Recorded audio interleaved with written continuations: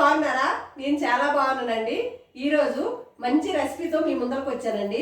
అదేనండి కాకరకాయ ఉల్లికారం అండి.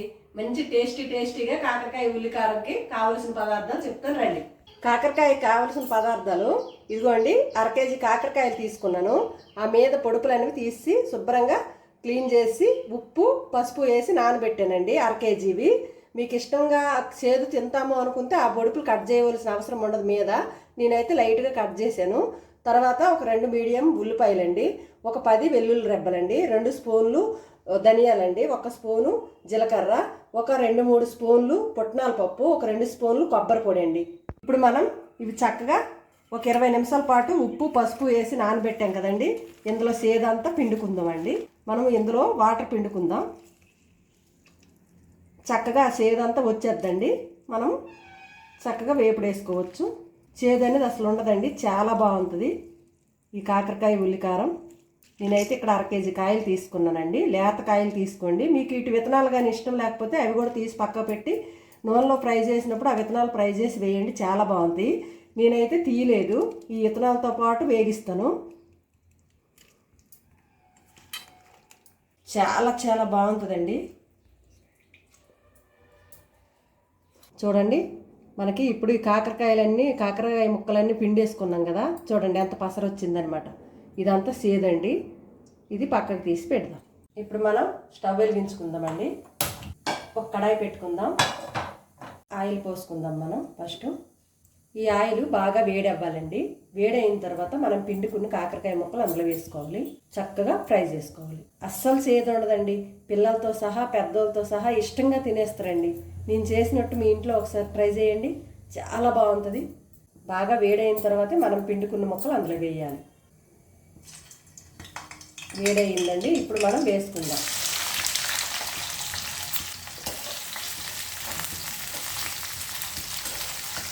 మనము మీడియం ఫ్లేమ్లో పెట్టుకుందామండి. మరీ హైలో పెట్టుకున్నామనుకో మాడిపడి, మీడియంలో ఉండి వేగించుకుందాం. దీనిపైన మనం మూత పెట్టుకోవద్దండి, ఇలాగే వేగించుకోవాలి చక్కగా. మనము దీనిపైన మూత పెట్టుకుంటే ఏమవుద్దంటే మెత్తబడిపోద్దండి ముక్క, కరకర వేగవు. మనకి కాకరకాయ ఉల్లికారంకి కరకర వేగాలి. అలాగని డీప్ ఫ్రై చేయవలసిన అవసరం లేదండి. ఇలాగ మనం మంట ఫ్లేమ్లో పెట్టుకొని మీడియం ఫ్లేమ్లో పెట్టుకొని చక్కగా వేసుకోవాలి. చూసారండి, ఇలా వేగాలండి, చక్కగా వేసుకోవాలి. మనకి లోపల ఉన్న విత్తనాలతో సహా వేగిపోతాయండి. మధ్యలో మనం కలుపుతూ ఉండాలి. కలపకపోతే వేగవండి, కింద వేగిపోతే మీద పచ్చిగా ఉంటాయి. మనం మధ్యలో చక్కగా కలుపుకోవాలి. ఇంకా కాసేపు బాగా ఫ్రై చేద్దాం.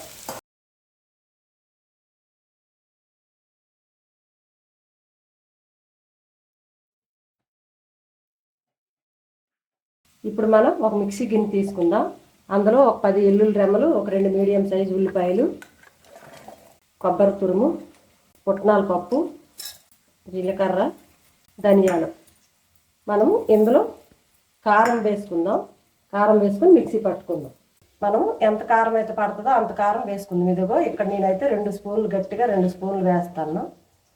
ఇప్పుడు మనం మిక్సీ పట్టుకుందాం.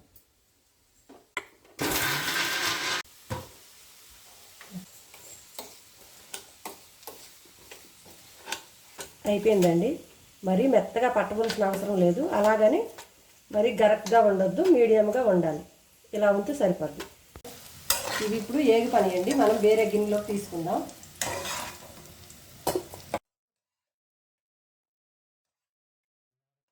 ఇప్పుడు మనం కొంచెం ఆయిల్ వేసుకుందాం. ఆయిల్లో ఒక మీడియం సైజు ఉల్లిపాయ వేసుకుందాం. ఒక గుప్పుడన్ని కరివేపాకు వేసుకుందాం. ఇది ఆవాలు, జీలకర్ర, పోపు దినుసులు వేసుకుందాం. ఇప్పుడు పోపు వేగింది కదండి. చక్కగా వేగినప్పుడు మనం ఈ వెల్లుల్లి కారం అందులో వేసేది.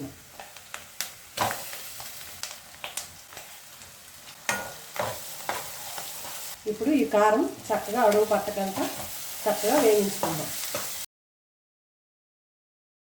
ఇప్పుడు మనము ఇందులోకి కొంచెం గరం మసాలా పొడి వేసుకుందాం. కొద్దిగా గరం మసాలా పొడి వేసుకుందాం, ఒక చిటికెడంతా.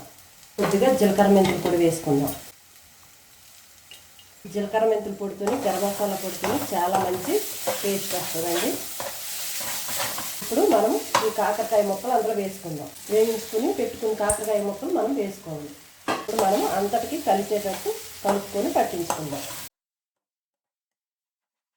సిమ్లో పాటు మగ్గనిద్దాం. ఇప్పుడు కానీ కర్రీ మాత్రం ఏమో టేస్ట్గా ఉందండి. నోరు ఊరిపోతుందండి. ఇప్పుడే తినేయాలనిపిస్తుంది. కాకపోతే మావి తేజ మిరపకాయలు వేసి పట్టించాం కదండి. మా కారం తెల్లగా ఉంటుంది కానీ భలే ఘాటుగా ఉంటుందండి. ఒక 5-10 నిమిషాలు శుభ్రంగా దీనిపైన మూత పెట్టుకుంటే ఈ మసాలాలన్నీ కొబ్బరి ఇవన్నీ వేసి మిక్సీ పెట్టాం కదా, ఇవన్నీ చక్కగా నూనెలో మగ్గిపోతాయండి. మనం ఇప్పుడు మూత తీసి చెక్ చేసుకుందామండి. చక్కగా మసాలాలంతా మగ్గిపోయి ఉడికిపోతాయి కాబట్టి. చూసారా ఎంత చక్కగా ఉడికిందో. మనకు మసాలా కూడా అడుగు పట్టదండి. ఏం వాసన అండి. ఇప్పుడే గుమాయిస్తుందండి ఇల్లంతా. మనకి ఏమైనా చిన్న చిన్న జ్వరాలు వచ్చి నోరు పాడైపోయి తినలేని పరిస్థితుల్లో ఉన్నోళ్ళకి కూడా ఇలా వండి పెడితే ఎంతో ఇష్టంగా తింటారు. మనం ఫ్రిడ్జ్లో పెట్టకుండా 2-3 రోజులైనా బయట నిల్వ ఉంటుందండి. ఇది ఇందులో తడి ఏం లేదు కదా. చక్కగా అయిపోయింది చూడండి. ఇప్పుడు ఇది చక్కగా వేగిందండి. ఎర్రగా వేగాలి. కాసేపు మనం మూత పెట్టేద్దాం. ఇప్పుడు మనం చూసుకుందామండి. ఇప్పుడు మనం ఫైనల్గా కొత్తిమీర వేసుకుందామండి. కొత్తిమీర వేసుకుందాం. అంతేనండి, చాలా సింపుల్గా కాకరకాయ ఉల్లికారం అయిపోయిందండి.